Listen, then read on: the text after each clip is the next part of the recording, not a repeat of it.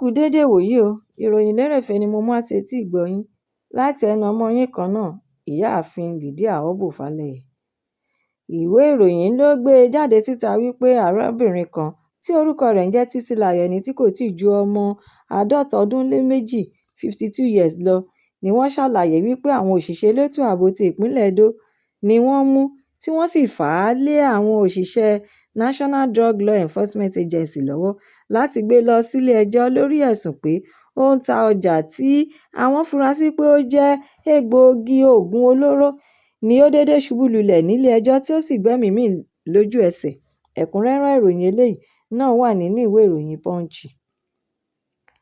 Àwọn ọmọ ẹgbẹ́ ogun ti Joint Task Force Operation Enduring Peace ti tètè wé ara wọn mọ́ kúrò lórí ìròyìn tí wọ́n ṣe àpèjúwe rẹ̀ gẹ́gẹ́ bí ayédèrú ohun ìròyìn àhesọ ẹlẹ́jẹ̀ tí ó ti gba gbogbo orí ẹ̀rọ ayélujára kan, èyí tí olórí àwọn ọ̀dọ́ ìlú Vanguard ti ìjọba ìbílẹ̀ Àríwá Jos sọ pé ẹgbẹ́ àwọn ọmọ ogun ń ṣe ìrànlọ́wọ́ ìdáàbòbò fún àwọn adàlúrú agbébọn tí wọ́n ń kọlu ìpínlẹ̀ náà ní ọjọ́ ìsinmi ọdún Ìmọ̀pẹ, èyí tí ó yọrí sí ikú àwọn ènìyàn tí ó dín díẹ̀ ní 28. Ẹ̀kúnrẹ́rẹ́ ìròyìn eléyìí náà wà nínú ìwé ìròyìn Vanguard. Ààrẹ Tinubu ní ọjọ́ Ìṣẹ́gun ló ṣe ìpàdé ìdákọ́ńkọ́ alátìlẹ̀kùnmọ́rí pẹ̀lú gómìnà ìpínlẹ̀ Kano tẹ́lẹ̀rí Abdullahi Ganduje àti mínísítà àná tẹ́lẹ̀rí fún ètò ààbò Badaru Abubakar ní Aso Villa, ohun tí ìpàdé náà dá lé lórí kò tíì di mímọ̀ fún ẹnikẹ́ni, bí ó tilẹ̀ jẹ́ wípé ìròyìn kan ń lọ lábẹ́lẹ̀ káàkiri wípé Badaru tí ó jẹ́ gómìnà àná tẹ́lẹ̀rí ti ìpínlẹ̀ Jigawa tí ó sì tún jẹ́ mínísítà fún ètò ààbò tẹ́lẹ̀rí tí ń jìjọ ń ṣe gbọ́nmi-sí-omi-ò-tó pẹ̀lú gómìnà Namadi lórí bí wọ́n ṣe ń ṣe ìlànà ètò ìjọba nínú ẹgbẹ́ òṣèlú All Progressives Congress (APC) ti ìpínlẹ̀ Jigawa. Ẹ̀kúnrẹ́rẹ́ ìròyìn eléyìí náà wà nínú ìwé ìròyìn Daily Post. Ẹgbẹ́ àwọn òṣìṣẹ́ ti orílẹ̀-èdè Nàìjíríà NLC ní ọjọ́ Ìṣẹ́gun ni wọ́n ṣe ìfarahàn ìkọlù níta olú iléeṣẹ́ ti Abuja Electricity Distribution Company (AEDC) láti tako lílé àwọn òṣìṣẹ́ wọn tí wọ́n dín díẹ̀ ní 900 kúrò lẹ́nu iṣẹ́ yìí tí àwọn fún wọn ní gbèdéke wákàtí 48 (48 hours) láti tètè wá ojútùú sí ìṣẹ̀lẹ̀ náà, àfi bẹ́ẹ̀ wọn yóò kojú títì iléeṣẹ́ wọn pa. Ààrẹ ẹgbẹ́ àwọn òṣìṣẹ́ tí ó kó wọn sòdí lọ fún ìwọ́de, Comrade Joe Ajaero ṣe àpèjúwe ìṣẹ̀lẹ̀ yìí gẹ́gẹ́ bí ìtànjẹ àti ohun tí ó jẹ́ ewu fún orílẹ̀-èdè Nàìjíríà lórí ipò ẹlẹgẹ́ tí iléeṣẹ́ mọ̀nàmọ́ná wà. Ẹ̀kúnrẹ́rẹ́ ìròyìn eléyìí náà wà nínú ìwé ìròyìn The Nation. Iléeṣẹ́ ọkọ̀ ojú irin NRC ní ọjọ́ Ìṣẹ́gun ti ṣe ìkéde pàtàkì fún ọdún Àjíǹde ti ọdún yìí nípa bí wọn yóò ṣe máa kó àwọn èrò tí wọ́n fẹ́ rin ìrìn-àjò lọ káàkiri ilẹ̀ Nàìjíríà láti lọ ṣe ọdún Àjíǹde. Alukoro fún iléeṣẹ́ NRC Kalitus Nyimadu ti yànnàná rẹ̀ lẹ́kùnrẹ́rẹ́ bí àwọn ọkọ̀ ojú irin yóò ṣe máa rin ìrìn-àjò náà bẹ̀rẹ̀ láti ọjọ́ 2 títí di ọjọ́ 6 oṣù kẹrin April 2 sí 6 ọdún tí a wà nínú rẹ̀ yìí. Ẹ̀kúnrẹ́rẹ́ ìròyìn eléyìí náà wà nínú ìwé ìròyìn Nigeria Tribune Online.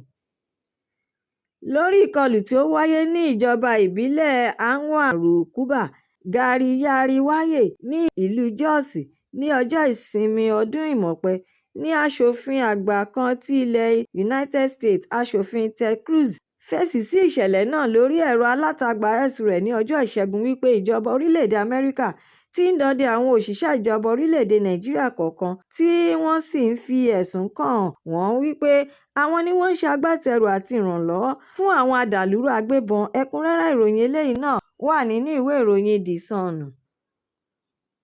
Kọmíṣánná iléeṣẹ́ ọlọ́pàá ti ìpínlẹ̀ Èkó Tijani Ọláyíwọlá Fatai ti pàṣẹ wípé kí àwọn òṣìṣẹ́ tipátipá Environmental Sanitation àti Special Offence Unit kúrò ní kíákíá lójú pópó àti ibi gbogbo tí wọ́n ti ń darí ọkọ̀ káàkiri ìpínlẹ̀ Èkó kí wọ́n sì tún fi ojúṣe mímúni sílẹ̀. Àṣẹ yìí wáyé lẹ́yìn ọ̀sẹ̀ tí àwọn ará ìlú kígbe síta lórí ẹ̀sùn àṣìlò òfin àwọn òṣìṣẹ́ iléeṣẹ́ náà bíi gbígba owó gegere lọ́nà àìtọ́. dídúnkòkò lajà àti lílo àwọn oníjàgídíjàgan ènìyàn láti máa fi halẹ̀ yẹ̀yẹ́ àwọn ọlọ́kọ̀. Ẹ̀kúnrẹ́rẹ́ ìròyìn eléyìí náà wà nínú ìwé ìròyìn The Guardian. Gómìnà ìpínlẹ̀ Kaduna tẹ́lẹ̀rí Mana Nasir El-Rufai ti padà sí àkóló àwọn àjọ tí ó ń rí sí ìwà ìbàjẹ́ àti àwọn ìwà tí ó fara pẹ́ ICPC lẹ́yìn ìgbà tí ó ti kúrò ní ọjọ́ 17 oṣù kẹta March 27 láti lọ ṣe ètò ìsìnkú ìyá rẹ̀ tí ó jẹ́ Ọlọ́run nípè. El-Rufai ti kọ́kọ́ farahàn ní ilé-ẹjọ́ Kaduna tí ó ga ní ọjọ́ Ìṣẹ́gun tí í ṣe 30 nínú oṣù kẹta March 31. Adájọ́ sì ti wá sún ìgbẹ́jọ́ rẹ̀ sí ọjọ́ 10 oṣù kẹrin April 10 nítorí olùjẹ́jọ́ kejì fa ìdádúró nínú ìgbẹ́jọ́ náà. Ẹ̀kúnrẹ́rẹ́ ìròyìn eléyìí náà wà nínú ìwé ìròyìn Daily Trust. Mínísítà fún ètò ìrìnnà Syed Ahmed Alkali ti kọ̀wé fi ipò rẹ̀ sílẹ̀ nínú ìṣèjọba ààrẹ Bọ́lá Tinubu láti lọ máa gbájúmọ́ èròǹgbà rẹ̀ fún ìdíje ipò gómìnà ìlú abínibí rẹ̀ ìpínlẹ̀ Gombe síwájú ètò ìdìbò ọdún 2027. Ìgbésẹ̀ ìkọ̀wé fipò rẹ̀ sílẹ̀ yìí wà ní ìbámu pẹ̀lú àṣẹ tí ààrẹ pa ní nǹkan bí ọ̀sẹ̀ díẹ̀ sẹ́yìn. Gẹ́gẹ́ bí ohun tí akọ̀ròyìn rẹ̀ Umar Alkali Jubril ṣe àtẹ̀jáde rẹ̀ síta. Ẹ̀kúnrẹ́rẹ́ ìròyìn eléyìí náà wà nínú ìwé ìròyìn Leadership.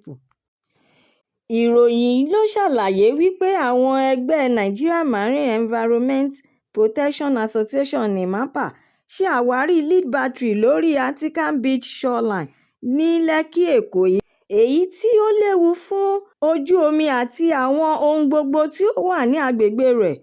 Wọ́n tún kó àwọn ìdọ̀tí tí ó tó 100 kílò bíi ike, ọ̀rá ohun mímu, ìgò, nǹkan ìkó-sìgásí àti bẹ́ẹ̀ bẹ́ẹ̀ lọ nígbà tí àwọn ń ṣe ètò jíjẹ́ kí agbègbè àwọn wà ní ìmọ́tótó. Ẹ̀kúnrẹ́rẹ́ ìròyìn eléyìí náà wà nínú ìwé ìròyìn This Day. Ìròyìn Lerefe Toni kò ní jù báyìí lọ nítorí pé kí n lọ bẹ̀ oge. Ẹ tún pàdé mi lọ́la fún àkọ́tún ìròyìn Lerefe mìíràn láṣẹ Èdùmàrè. Ẹ má ṣe aláìlọ kàn sí YouTube channel ìròyìn Lerefe. Kí ẹ jọ̀wọ́ kí ẹ bá mi subscribe. Kí ẹ má tún gbàgbé fi èròǹgbà yín ránṣẹ́ sórí rẹ̀. Kí ẹ bá lè máa ní àǹfààní láti máa gbádùn ìròyìn Lerefe síwájú àti síwájú sí i. Ẹ ṣé mo dúpẹ́ tí ẹ̀ ń tẹ́tí gbọ́ mi nígbà gbogbo. Ó dàbọ̀.